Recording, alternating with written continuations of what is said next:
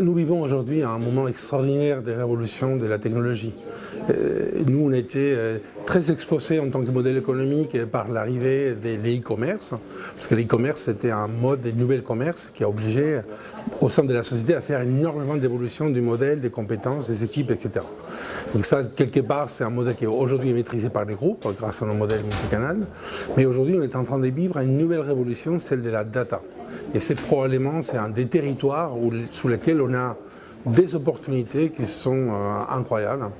Il faut savoir que nous sommes un groupe, comptons avec plus de 45 millions des clients et on fait plus de 90 millions de transactions par an. Donc ça veut dire qu'on a des données, des comportements, des profils sociologiques et des attentes des clients qui sont infinis.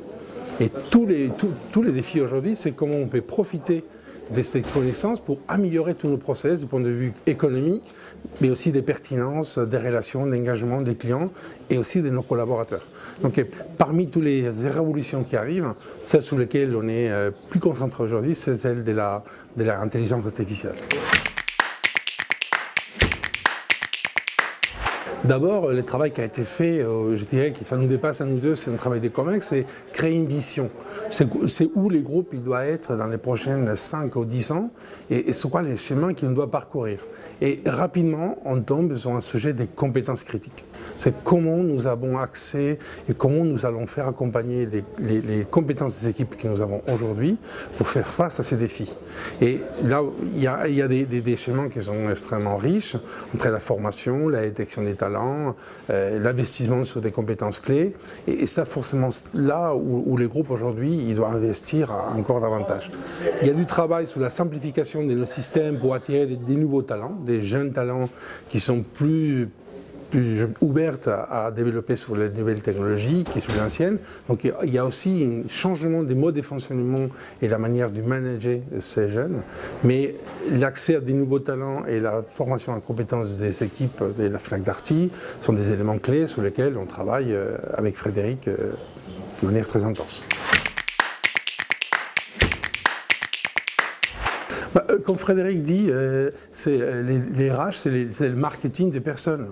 Et si vous voyez de cette manière-là, c'est quand vous accompagnez, pour devenir une marque attractive, il faut être une marque qui attire du talent. Et attirer du talent dans un domaine aussi compétitif comme la technologie, c'est pas facile. Nous avons une chance, Fnac Darty aujourd'hui a des moyens qui sont importants pour pouvoir se donner des moyens pour accéder au talent. Et on est aujourd'hui une marque qui attire l'attention dans les domaines du retail, aussi parce que les centres de décision et des pouvoirs et des créations est à Paris, est en France. Donc ça attire aussi des jeunes qui veulent avoir un champ de compétences large et qui veulent créer une carrière autour de ce monde du digital avec nous.